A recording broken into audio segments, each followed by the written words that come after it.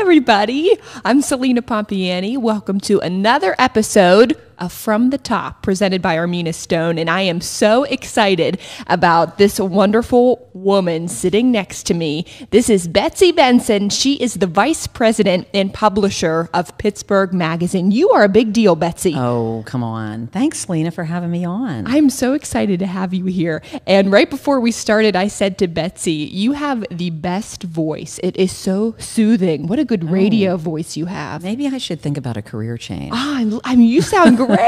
We need to have you on every week with me. Oh, that would be nice. I'm sure we would find things to talk about. We definitely would. Yeah. Well, I love Pittsburgh Magazine, so I have so many questions to ask you about what you do, all about the magazine, but I also want to know more about you as a person, and I love your story. I was talking to my dad yesterday, and I was saying how excited I was to have Betsy on, and he said, I'm pretty sure her father was Stu Emery.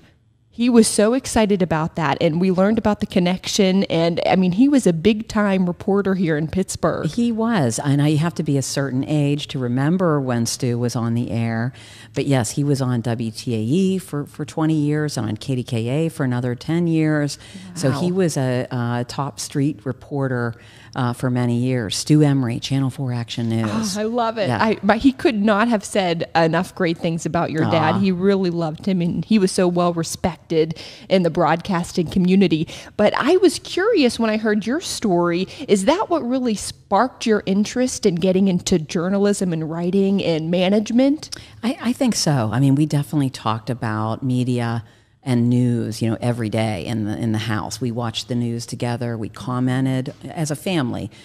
I'm sure you were the same growing up. Talked about who was doing a great job on a story and who looked good and sounded good and why. And in my dad's case, what were they really like? And we got to go to work with him one day. A year. We got to ride along in the car and cover stories. Fun. So my sister and I, we definitely were very interested in the media in general. And then what happens when you're in high school and you're either good at math or you're good at English. I was not math. No, me neither. So it was sort of a journalism major didn't seem that far-fetched at that time. So I did pursue journalism, but my dad did caution me off of TV a little bit, and thought that maybe I would be happier in the print world. So I did heed that advice. That's funny. I was the same way growing up. My sister and I, and my dad always said, make sure you look at every career field. Don't just focus on this. If you want to do it now, he said, try everything. And we kept saying, no, we want to do what you do. It looks so fun. It's in our blood, Betsy. That's right. It really is. It absolutely is. Well, Pittsburgh Magazine is, in my opinion, the best because it really caters to every audience. You write about everything. You learn everything about Pittsburgh. I mean, you guys really do such a fabulous job at covering our area. And I love it so much for that reason and because it's so colorful. When I get it in the mail, I mean, it's just fun to look at. It's good articles. What makes it so special to you? Pittsburgh Magazine does, as you say, it doesn't try to appeal to any niche group. It really is comprehensive in its coverage, and it doesn't. We could have an article that appeals to a homemaker, a grandmother, a college student, a young person starting out their career. So we really try to write about those special things about Pittsburgh that if you really love Pittsburgh a little more than the next person, if you're a little more proud of your city than the next person, you're going to want to read Pittsburgh Magazine. You're going to want to subscribe to it. You'll want to pick it up on newsstand. However you consume that information, that's the way it's designed. It's designed to be a service to people who want to explore their city to a deeper level. You do such a great job, and I feel like I really do learn more about Pittsburgh, and I learn about events and what's going on, not only through actually physically reading the magazine I receive every month, but on your social media, you do such a nice job on Instagram and Facebook and Twitter. It's easy to find out what's happening, and that's why I love it. I'm glad that you're following, and we really think it's important to build that brand. I mean, as we all know, there have been decades of media reinvention that have happened. And, as a media outlet, as a brand, it's our responsibility to build out and to reach and try to grow our audience. Yes, maybe there's fewer people that want to consume content in print. I know I still love to flip those pages too. I love it. There's something about it. There is. It's tactile. It's enjoyable. People say that they love magazines because it represents their me time. Mm-hmm. And you curl up on the couch when you get that magazine, your favorite magazine that month. And that represents something really special. Yeah. Not that so much the same with a blog or maybe a newspaper, mm-hmm. But we have really made an effort to make sure that we stay relevant and repurpose our content for various channels, but also customize it to different audiences. So that's while we want to reach everybody, we know not everybody wants the same material. So we try to recognize that. I could not agree more with that statement. When I go to bed at night, I try to put my phone down for at least 30 minutes. I set my alarm, put it away, but the magazine, that is the me time. It's not looking on my phone at the article. It's reading it in my hands. Yeah, it's something special about it. I know, it really is. Well, I want to ask you about your relationship here with Armenia Stone. And I know you and Emre Bosman, who's the owner and president here at Armenia Stone, have such a great relationship. How did that come about? Well, when Emre came to town, I mean, he really came to town. He really came to do business, and I can remember the first time I met him, and he was such an impressive figure because he not only did he have this kind of interesting accent, and he came from a different country and all that good stuff. He really had a very clear understanding of how he wanted to kind of innovate his way to success in this market. From the very first conversation I had with him, I saw that this was a business person with big ideas, and boy, that turned out to be correct. And he also, though, is highly personable and was able to just share and make relationships with people feel special. You feel special when you talk to Emre, and he shares so much about his dreams and goals for his company. And we felt really privileged to be helping him realize his marketing vision. He's very much about brand, and he knew exactly where he wanted to build that brand, what media outlets and where and how. And watching him build that brand out and build the infrastructure of this business out has been fascinating to watch. We really came together as partners through the Ultimate House project. So tell me about the Ultimate House. I love it. Yeah, the Ultimate House is quite a project and something that Pittsburgh Magazine is really proud of. We're right on our 6th annual Ultimate House in 2021. So, 5 projects ago, we had the idea. We kind of stole it from another city where something similar was happening, where we would pick one particular residential project, whether it was a spec home or a high rise or a renovated historic residence. We would pick one home that we thought told a story about what the ultimate residential life was like in Pittsburgh at that given moment in time. And each year you've done such a great job at different areas. Exactly. We started in Pine Township, and it was a brand new construction in the North Hills, but it wasn't just a typical house in a subdivision.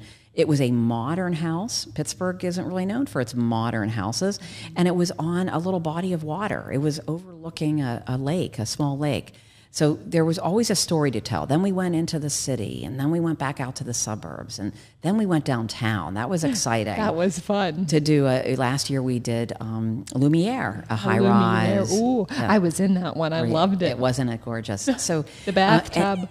The bathtub, unbelievable. So we always look for like the fun stuff, but also the glamorous stuff, but also what does this particular project say about our community at this moment in time? What is the ideal? And it's a way to spotlight different companies like Armenia Stone, who has brought these unbelievably gorgeous countertops and stone into our homes. So, let's learn about what the best in a countertop is. Let's learn about the best paint color that's all the rage right now. Let's find out what floor covering we should be looking at in the bedroom. Let's talk about furnishings. Mm-hmm. So Ultimate House creates a sort of umbrella where we can spotlight one particularly exciting project and then tell that story leading up to the tours. Mm-hmm. So we just keep telling people and building awareness, educating people about all the companies that are involved. And then we open the doors and we let people in, and it's all for a great cause. Yes, that's the best part about it too, the cause, which I want to talk about. But people love touring it. I know they do. I've been on the tours. Everybody wants to see, where is this year's Ultimate House? Where is this year's Ultimate House? Well, glad you asked, Celina. It's called the Lawrenceville Lofts. We have $1 million penthouse condo under construction as we speak. It's going to be really exciting to learn about because nobody's seen it yet because it's not been built yet. It's right in the center of Lawrenceville, which of course we know is the hottest neighborhood in Everybody town. wants to move down there. All my friends live down there. Right. Now they can choose a brand new luxury, customizable loft, but it's also sort of a boutique residence. There's only 24 units. Mm-hmm. And the other part of the reason that we selected Lawrenceville Lofts, I mean, it's beautiful, it's gorgeous, it's top of the line, it's ultimate, it's in a cool neighborhood, but also there is a great story behind it. The developer's name is Emeka Onwubenu. And he's he's a Nigerian immigrant, 35 years old. Wow. And decided he was an engineering student, went to Penn State, was a soccer player, and then he suddenly decided, no, I'm going to go flip houses and be a real estate mogul. And he pulled it off. Look at him. He's so young. Yeah, he is young. Wow.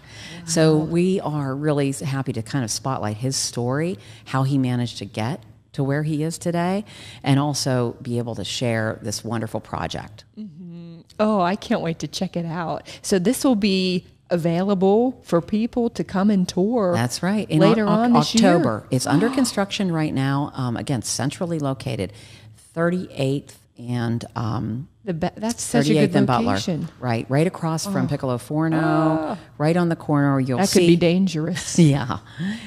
We'll be spending a lot of time there with a lot of the different vendors and partners and sponsors involved in the project over the next 6 months, and it will all culminate with doors will fling open. Ooh. And you'll be able to come in and see what is so special about this place. Oh, I can't wait, Betsy. And what's even better is the cause. What's really behind the Ultimate House? So where does all the money that you raise go towards?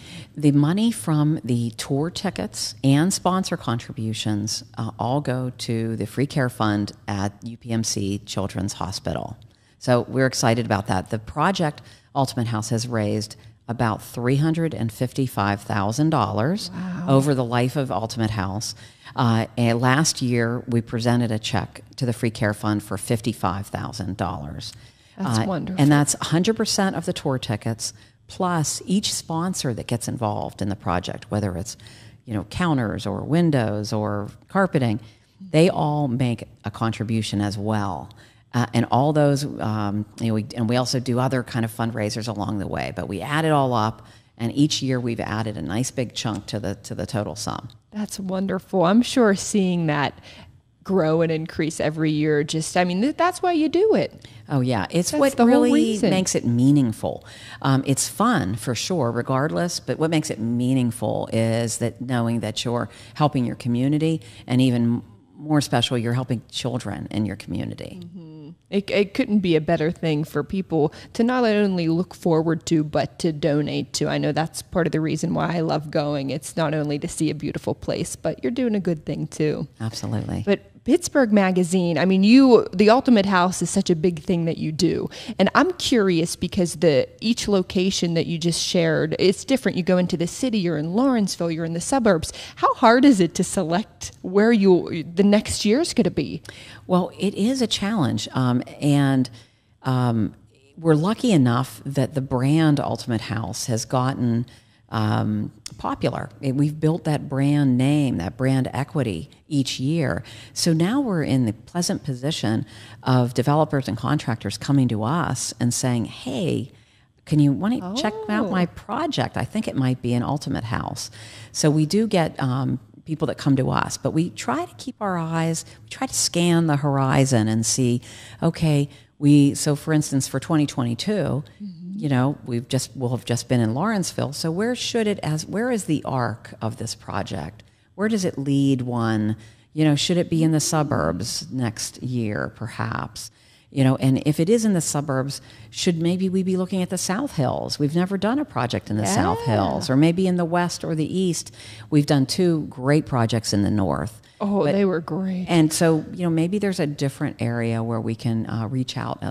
We've also been approached by people doing historic renovations of homes, and that's an exciting idea, but it has to be the right house. It has to be the right partner. We need people who kind of get the idea of the Ultimate House and, you know, understand what we're trying to achieve. So we're open. So if anybody out there listening thinks they might have an Ultimate House under development, you should give me a call. Oh, I think you may get a few calls, Betsy. I don't know. That'd be nice. Well, your success, not only as a person, but what you have done and built for Pittsburgh Magazine is so impressive. What do you think has really led to that success? I know you just celebrated 50 years, which is huge. It is. Yeah, the magazine was founded in 1969. Now, I was not involved back then. I want the record to be clear that I have been at the magazine it will be 19 years this fall. Wow. So that's Congratulations. That is kind of a lot. But so no, I look back at our history, and we did have a lot of fun celebrating 50 years in 2019. It is been a series of people who really care about the city, people who really care about Pittsburgh Magazine. So, you know, when you look back in history, there have been a lot of really key people. The guy who founded Pittsburgh Magazine, fascinating guy. I've had the opportunity to meet him. You know, just cared about the city at such a deep level. And then these, you know, each generation of new editors and new team members come in and all invest their time and energy and imagination into making the magazine the best that it can be. So, you know, over the decades, it's a brand that Pittsburghers seem to really care about. And I just feel like, you know, we're kind of the current caretakers of that brand. And hopefully there'll be people that want to take on this job and to keep Pittsburgh Magazine out there for decades to come. Well, I mean, every article that I read in the magazine, you could just tell how much thought and care goes into it. They're well written. They're just, I mean, and I know a lot of your staff. I love them all. So it's a cool thing to see how big it has gotten here in our city. We're getting ready to publish our June issue right now. We'll be on press this weekend. And then we'll be uploading the whole issue to our website about a week from Friday. So that's our Best Restaurants issue. Oh, so, you know, we had to cancel the Best Restaurants issue last year because they weren't open. Yeah. So we've never skipped a year that I've been involved. So this is even more important and momentous an issue. It's even bigger. Yeah. Absolutely. Well, you said that'll be out in June. I can't wait to read that. So where can our listeners find you? You guys are everywhere. PittsburghMagazine.com. And in specifically, if people want to learn about Ultimate House, they can go to PittsburghMagazine.com/ultimate. And there's a place there to sign up for updates and email alerts when tickets go on sale and that type of thing. But yes, we try to be everywhere. We have a lot of fun on Instagram.